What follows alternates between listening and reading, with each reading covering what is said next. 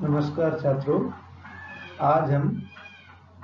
Power generation विषय में पहले चैप्टर के बेस लोड और पीक लोड प्लांट सब टॉपिक पे चर्चा करेंगे।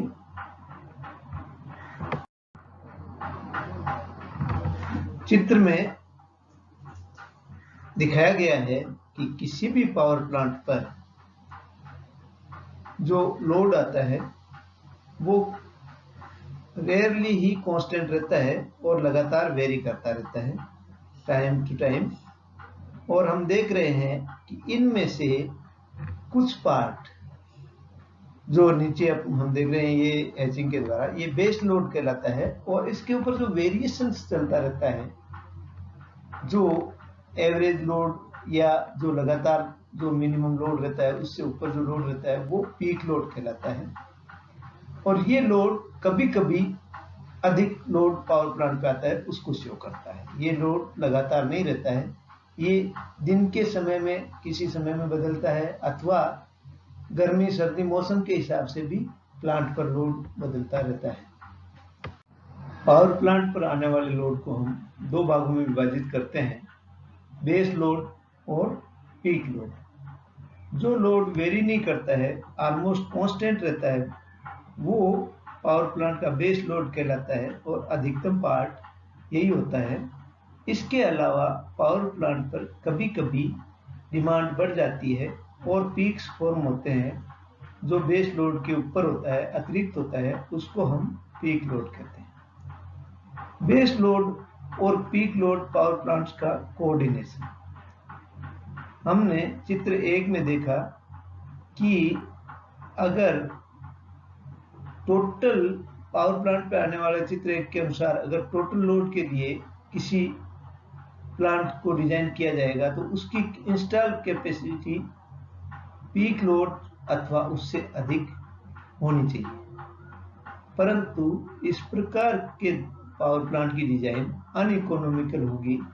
क्योंकि पीक लोड बहुत ही अल्प समय के लिए, अल्प अवधि के लिए होता है और लगातार न रहने वाला लोड है। लगातार रहने वाला लोड बेस्ट पावर प्लांट होता है। और इस प्रकार हम देखते हैं कि अधिकांश समय पीक लोड पे डिजाइन किया हुआ पावर प्लांट पीक लोड और बेस लोड के डिफरेंस के बराबर आइडल रहेगा। इस प्रकार हम किसी भी पावर प्लांट का टोटल लोड एक पावर प्लांट से सप्लाई न करके दो पावर प्लांट काम में लें, जिसमें से कुछ पावर स्टेशन एक या एक से अधिक बेस लोड सप्लाई करें और उसी की कुछ यूनिट या दूसरी तरह का पावर प्लांट जो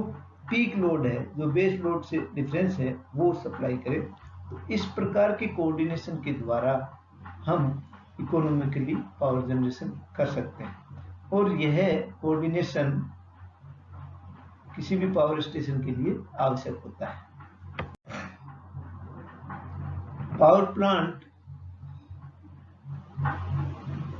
जो भी हम बेस पावर प्लांट लगाते हैं उसकी मुख्य कैरेक्टरिस्टिक होनी चाहिए कि उसका ऑपरेटिंग कॉस्ट कम होगी, वो लंबे समय तक कार्य करने में कैपेबल होना चाहिए, उसके ऑपरेटिंग पर्सनल का रिक्वायरमेंट कम होना चाहिए, उसकी रिपेयर इकोनॉमिकल होनी चाहिए और तुरंत होनी चाहिए, क्योंकि इसको लगातार काम करना होता है। जो पीक लोड पावर प्लांट हम एम्प्लॉय करेंगे उनकी कैपेबिलिटी ये होनी चाहिए कि उनकी आवश्यकता हमें इमरजेंसी में पड़ती है और ऐसी स्थिति में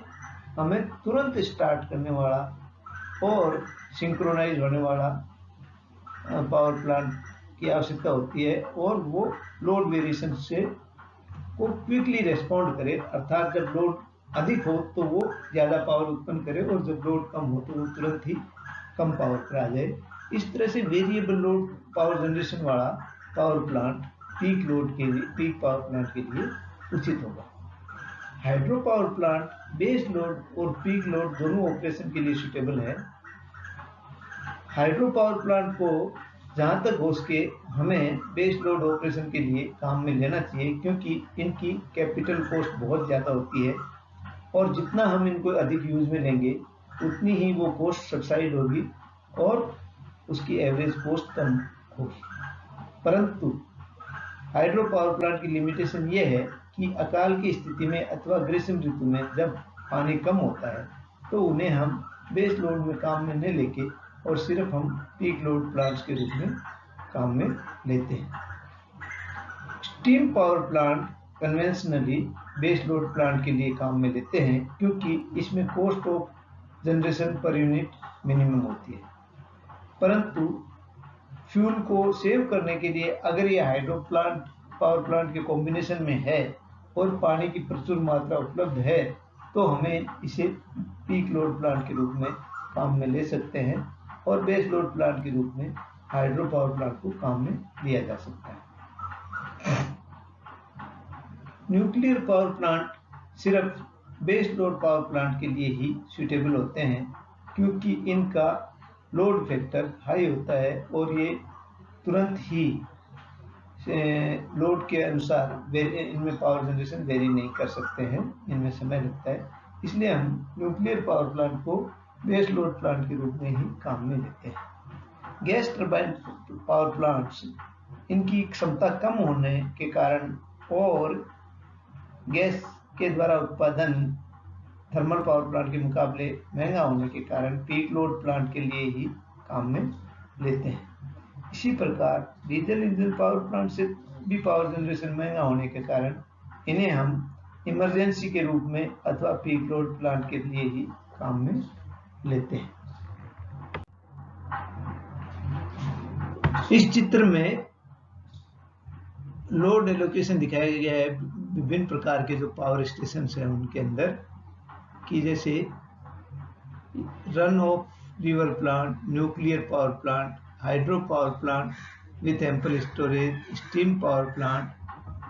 hydro power plant with limited storage और peak load plants gas, diesel और पंप्ड स्टोरेज प्लांट। ये प्रायोरिटी दिखाई गई है। हम देख रहे हैं कि ईयर के 100% टाइम तक हम run of river power plant चला सकते हैं अगर हम उसमें हमें उपलब्ध है। प्रायोरिटी यही रहनी चाहिए हमारी कि न्यूक्लियर पावर प्लांट को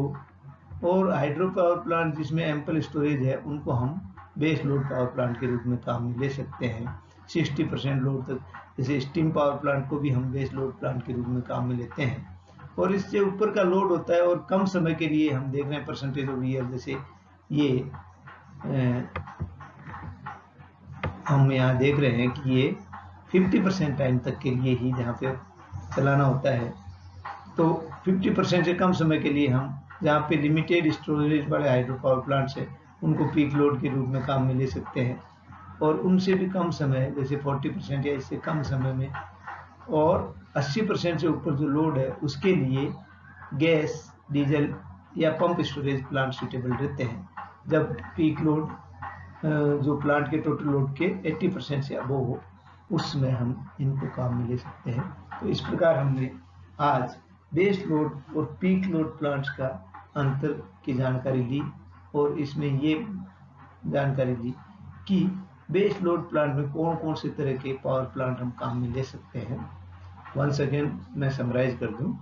कि न्यूक्लियर पावर प्लांट और हाइड्रो पावर प्लांट जिसमें एम्पल स्टोरेज है, स्टीम पावर प्लांट है, इनको हम बेस लोड प्लांट के लिए काम में लेंगे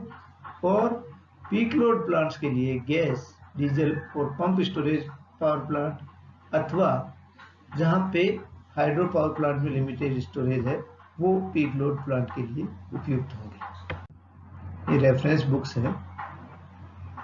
और धन्यवाद।